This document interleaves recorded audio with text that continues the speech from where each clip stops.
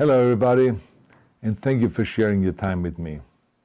I'm sending this message through various different channels to reach my dear Russian friends and the Russian soldiers serving in Ukraine.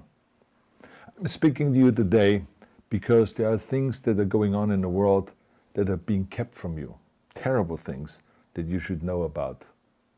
But before I talk about the harsh realities, let me just tell you about the Russian who became my hero. In 1961, when I was 14 years old, a very good friend of mine invited me to come to Vienna and to watch the World Weightlifting Championships.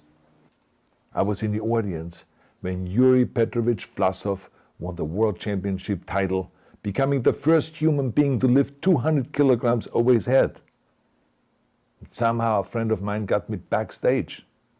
All of a sudden, there I was, a 14-year-old boy, standing in front of the strongest man in the world. I couldn't believe it. He reached out to shake my hand. I mean, I still had a boy's hand. He had this powerful man's hand that swallowed mine. But he was kind, and he smiled at me. I will never forget that day. Never. I went home and I put his photo above my bed to inspire me when I started lifting weights. My father told me to take down that picture and to find a German or an Austrian hero. He got really angry, and we argued back and forth. He didn't like Russians because of his experience in the Second World War. You see, he was injured at Leningrad, where the Nazi army that he was part of did vicious harm to the great city and to its brave people. But I did not take the photograph down, no, because it didn't matter to me what flag Yuri Vlasov carried. My connections to Russia didn't stop there, by the way. Oh, it actually deepened when I traveled there with bodybuilding and for my movies and met all my Russian fans. And on one of those trips, I remember, I met Yuri Vlasov once again. It was in Moscow during the filming of Red Heat, which was the first American movie allowed to film in Red Square. Now, he and I spent the whole day together. He was so thoughtful, so kind, and so smart, and, of course, very giving. He gave me this beautiful blue coffee cup, and ever since then I've been drinking my coffee out of every morning. Now, the reason why I'm telling you all of those things is that ever since I was 14 years old, I've had nothing but affections and respect for the people of Russia. The strength and the heart of the Russian people have always inspired me. And that is why I hope that you will let me tell you the truth about the war in Ukraine and what is happening there. No one likes to hear something critical of the government, I understand that. But as a longtime friend of the Russian people, I hope that you will hear what I have to say. And may I remind you that I speak with the same heartfelt concern as I spoke to the American people when there was an attempted insurrection on January 6th last year, when a wild crowd was storming the US Capitol, trying to overthrow our government. You see, there are moments like this that are so wrong, and then we have to speak up. And this is exactly the same with your government. I know that your government has told you that this is a war to denazify Ukraine. Denazify Ukraine? This is not true. Ukraine is a country with a Jewish president, I might add, whose father's 3 brothers were all murdered by the Nazis. You see, Ukraine did not start this war. Neither did nationalists or Nazis. Those in power in the Kremlin started this war. This is not the Russian people's war. No. As a matter of fact, let me tell you, what you should know is that 141 nations at the UN voted that Russia was the aggressor and called for it to remove its troops immediately. Only 4 countries in the entire world voted with Russia. That is a fact. See, the world has turned against Russia because of its actions in Ukraine. Whole city blocks have been flattened by Russian artillery and bombs, including a children's hospital and a maternity hospital. 3 million Ukrainian refugees, mainly women, children, and elderly, fled their country, and many more are trying to seek to get out. It is a humanitarian crisis. Because of its brutality, Russia is now isolated from the society of nations. You're also not being told the truth about the consequences of this war on Russia itself. I regret to tell you that thousands of Russian soldiers that have been killed. They have been caught between Ukrainians fighting for their homeland and the Russian leadership fighting for conquest. Massive amounts of Russian equipment have been destroyed or abandoned.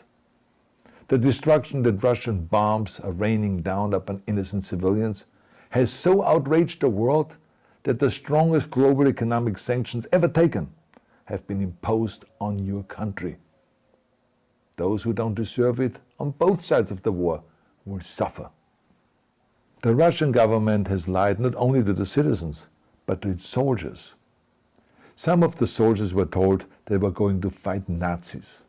Some were told that the Ukrainian people would greet them like heroes, and some were told that they were simply going on exercise. They didn't even know that they were going into war. And some were told that they were there to protect ethnic Russians in Ukraine. None of this is true. The fact is that Russian soldiers have faced fierce resistance from the Ukrainians who want to protect their families and their country. When I see babies being pulled out of ruins, I think that I'm watching a documentary about the horrors of the Second World War, not the news of the day. Now let me tell you, when my father arrived in Leningrad, he was all pumped up on the lies of his government. And when he left Leningrad, he was broken, physically and mentally. He lived the rest of his life in pain. Pain from a broken back, pain from the shrapnel that always reminded him of these terrible years, and pain from the guilt that he felt. To the Russian soldiers listening to this broadcast, you already know much of the truth that I've been speaking. You have seen it with your own eyes. I don't want you to be broken like my father. This is not the war to defend Russia that your grandfathers or your great-grandfathers fought. This is an illegal war. Your lives, your limbs, your futures are being sacrificed for a senseless war condemned by the entire world. Now, to those in power in the Kremlin, let me just ask you, why would you sacrifice those young men for your own ambitions? To the soldiers who are listening to this, remember that 11 million Russians have family connections to Ukraine. So every bullet you shoot a brother or a sister. Every bomb or every shell that falls is falling not on an enemy, but on a school, or a hospital, or a home. I know that the Russian people are not aware of such things are happening. So I urge the Russian people and the Russian soldiers in Ukraine to understand the propaganda and the disinformation that you are being told. I ask you to help me spread the truth. Let your fellow Russians know the human catastrophe that is happening in Ukraine. And to President Putin I say, you started this war. You are leading this war. You can stop this war. Now, let me close with a message to all of the Russians who have been protesting on the streets against the invasion of Ukraine. The world has seen your bravery. We know that you have suffered the consequences of your courage. You have been arrested, you have been jailed, and you have been beaten. You are my new heroes. You have the strength of Yuri Petrovich Vlasov. You have the true heart of Russia. My dear Russian friends, may God bless you all.